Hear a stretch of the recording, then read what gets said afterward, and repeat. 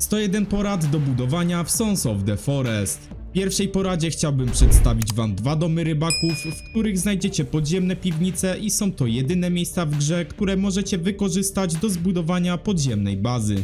Dużo osób też nie wie, że możecie wykorzystać liny, żeby wybudować most w powietrzu, taki jak w pierwszym The Forest. A z pomocą tyrolki możecie stworzyć po 2 liny z każdej strony mostu, dzięki czemu uzyskacie tanią i bardzo ładną poręcz. Tak samo możecie wykorzystać tyrolkę do stworzenia ciekawych krat, co bardzo fajnie się sprawdza też przy większych oknach. Za pomocą desek możecie stworzyć małe progi wejściowe ułatwiające wchodzenie lub wjeżdżanie do bazy. W centrum społeczności Steam możecie znaleźć wiele zrzutów ekranu z świetnymi bazami graczy, którymi możecie się inspirować podczas budowania. A jak korzystać z przeglądarki, to tylko z polskiej Opery GX, czyli aktualnie najlepszej przeglądarki na rynku z wieloma innowacyjnymi funkcjami. Na przykład za pomocą funkcji GX Mods możecie wybrać dowolny motyw, których ponad 4000 znajdziecie na GX Store. Ja wybrałem motyw Deep Forest i jednym kliknięciem zmieniłem nie tylko tapetę, ale też dźwięki, a nawet muzykę w tle i przyznam, że jest to bardzo relaksujące, szczególnie przy dłuższym korzystaniu z komputera, ale najlepiej będzie jak posłuchacie sami.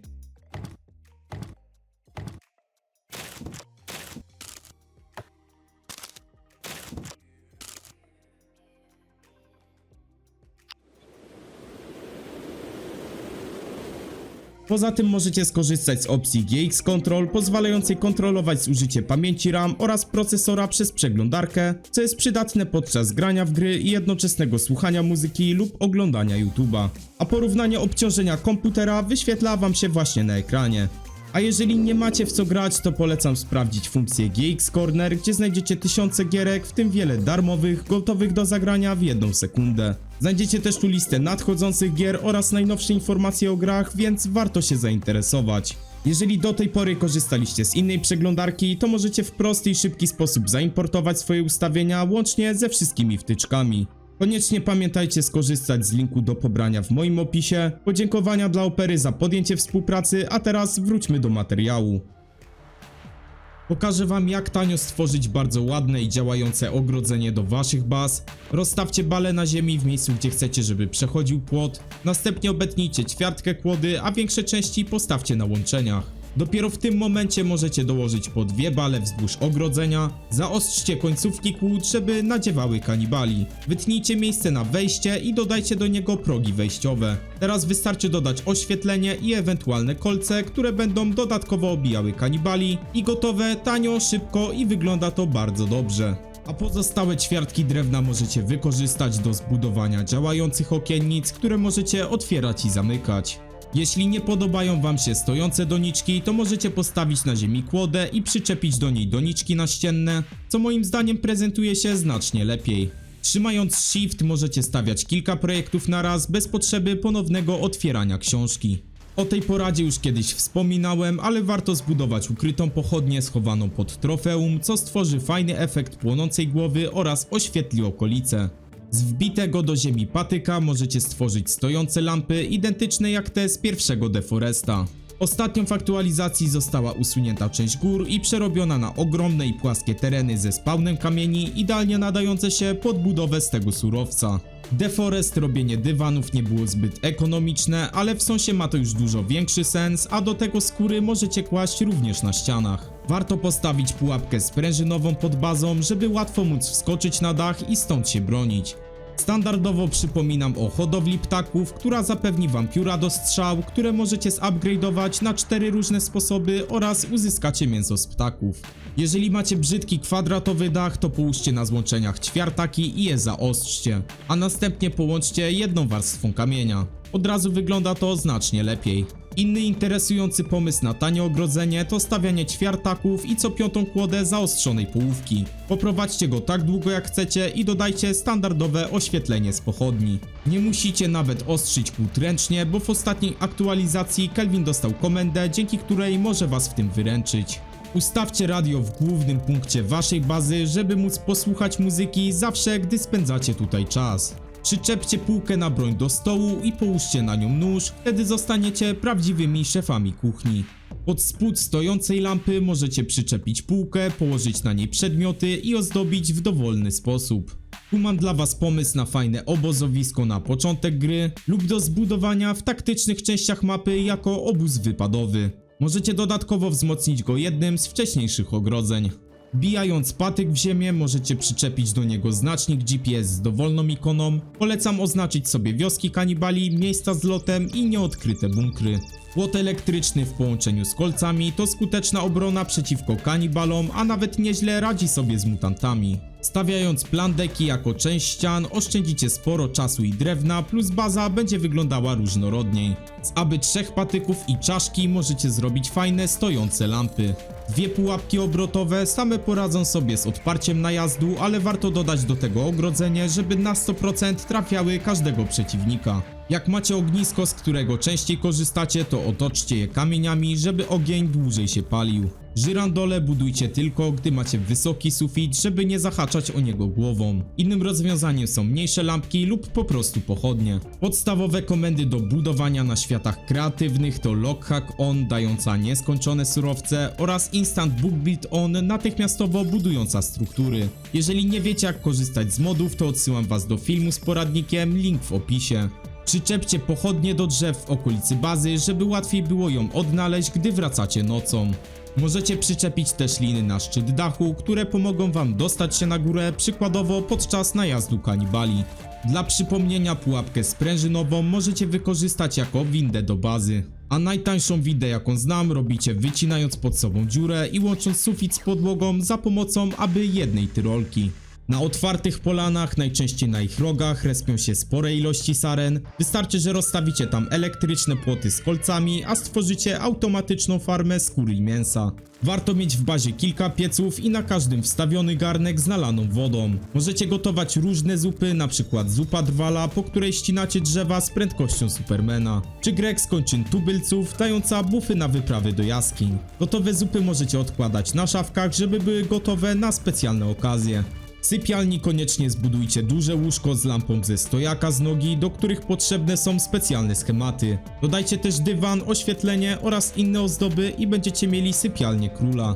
Gdy stawiacie płot z patyków, pamiętajcie podeprzeć je kamieniami, bo w innym przypadku każde jego dotknięcie może go przewracać. Zadaszane mosty przechodzące nad wodą super się komponują z bazą, szczególnie jeśli mieszkacie przy wodospadzie. Kilka jezior posiada małe wyspy, które są fajnymi lokalizacjami na zbudowanie pomysłowej bazy. A totalnie z tyłu wyspy znajdziecie małe wysepki, które są totalnie odcięte od jakiegokolwiek lądu, chociaż budowanie tam to masochizm, więc zostawiam to tylko dla największych świrów. W grze jako tako nie da się robić napisów, ale możecie ułożyć podłogę w taki sposób, żeby tworzyła ogromny napis, gdy patrzycie na niego z odpowiedniej perspektywy. Jeśli nie będziecie mieć wystarczająco dużo paneli słonecznych i akumulatorów, to waszym urządzeniom może zabraknąć prądu.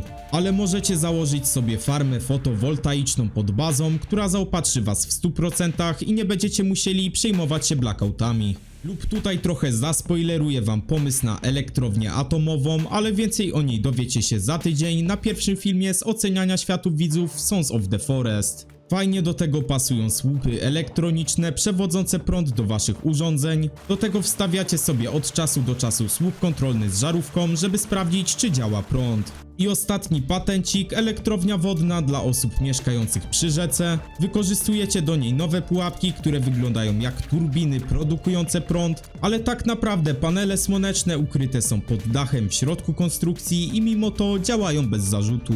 Zamiast budować nudny, płaski dach, to postawcie na nim ćwiartaki i połączcie deskami, co tworzy ciekawy, unikatowy efekt. Koniecznie wykorzystajcie pułapkę z mołotowem pod bazą, która nigdy się nie kończy i możecie w niej łatwo przepalać kanibali na kości do pancerza. Cichy alarm postawcie tuż przed wejściem do waszego domu lub przed wejściem do ogrodzenia, dzięki czemu zawsze usłyszycie, gdy nadejdzie najazd, szczególnie jeśli gracie z włączonym burzeniem budynków. Stojące donice możecie otoczyć balami, tak żeby wystawały tylko kwiaty, co możecie użyć jako ozdoba do waszego ogrodu. Postawcie bardzo wiele totemów z najwrażliwszej do ataku strony, co powinno skutecznie odstraszyć kanibale. Z patyka, czaszki, kamiennego ogniska, głowy zwierzęcia i półki na maczugę z czaszki stworzycie mały, prosty i tani ołtarzyk.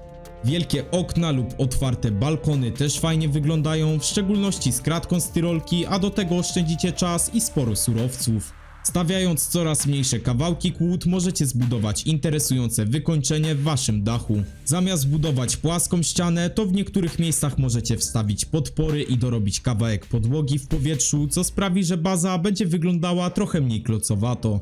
Gdy mieszkacie przy jeziorze, to grzechem byłoby nie zbudować małego mola lub na przykład tarasu z widokiem na wodę.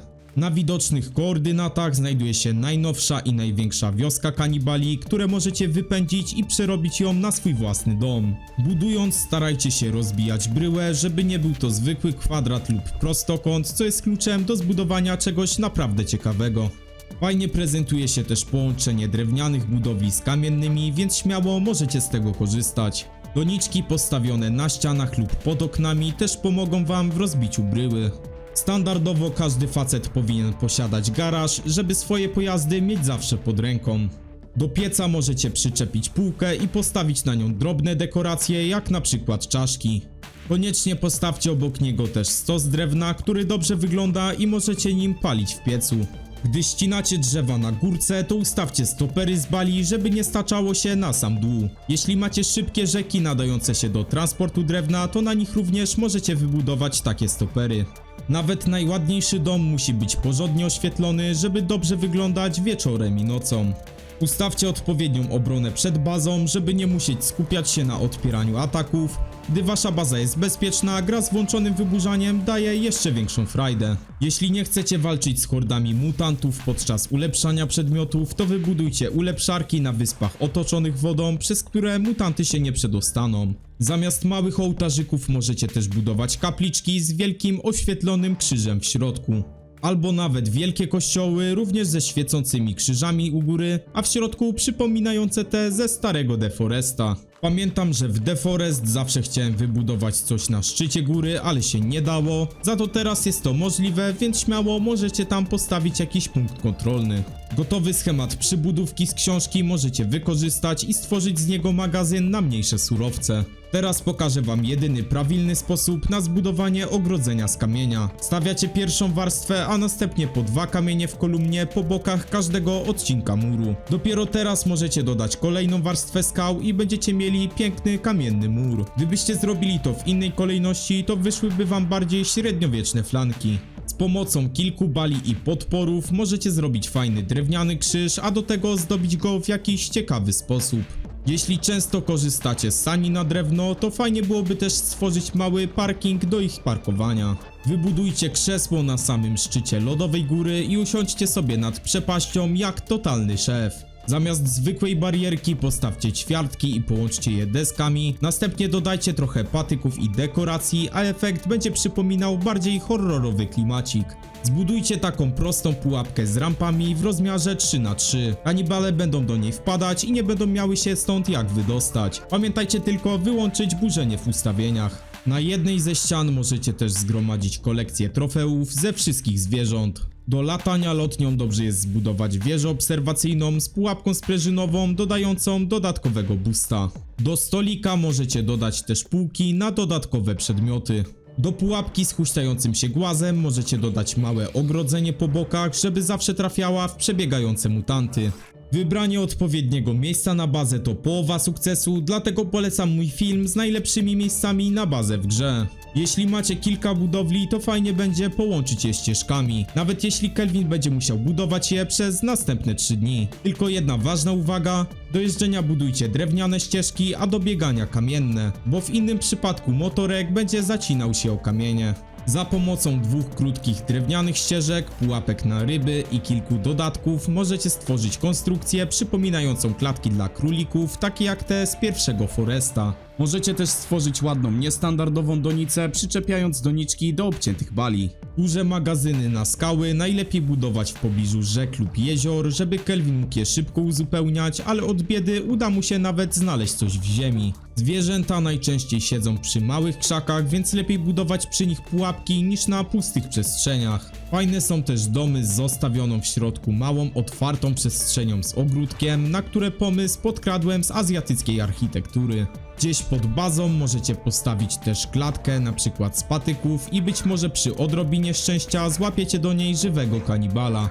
Bardzo fajnie prezentują się proste linowe mosty nad przepaściami, szczególnie w miejscach, przez które musicie często przechodzić, a do tego w wytworzeniu są mega tanie. Prosty pomysł na lampę z pochodni, stawiacie pionowo patyk i przyczepiacie 4 symetryczne pochodnie na samej górze. Budując dom na pierwszej warstwie możecie postawić kamień, dzięki czemu będzie wyglądał jakby stał na solidnych fundamentach, a nie tak amatorsko jak przy zwykłych fundamentach z drewna. Ustawiając na dachu kamienie w kształt kwadratu możecie zbudować bardzo fajnie wyglądający z zewnątrz komin. Pojedyncza ścieżka z kamienia jest dosyć rzadka, więc możecie wpasować do niej drugą, żeby była lepiej wypełniona. Ale pamiętajcie, że może to też wpłynąć na obciążenie komputera. Zamiast zwykłego dachu możecie zbudować też taki ze schodów, ale wtedy ważne, żeby skosy drewna były połączone do połówek bali, bo wtedy przerwa między schodami jest mała, a przy stromych schodach jest ona dużo większa i wtedy nie wygląda to już tak dobrze. Na szczytach wysokich wież możecie też budować oświetlone krzyże, co w nocy prezentuje się naprawdę epicko, lub mogą być też ozdobą na dachu waszego domu. Warto rozstawiać reflektory wzdłuż bazy, co w nocy świetnie oświetli teren. Jedna uwaga, im wyżej postawicie reflektory, tym światło lepiej się rozproszy i rozświetlicie jeszcze więcej terenu.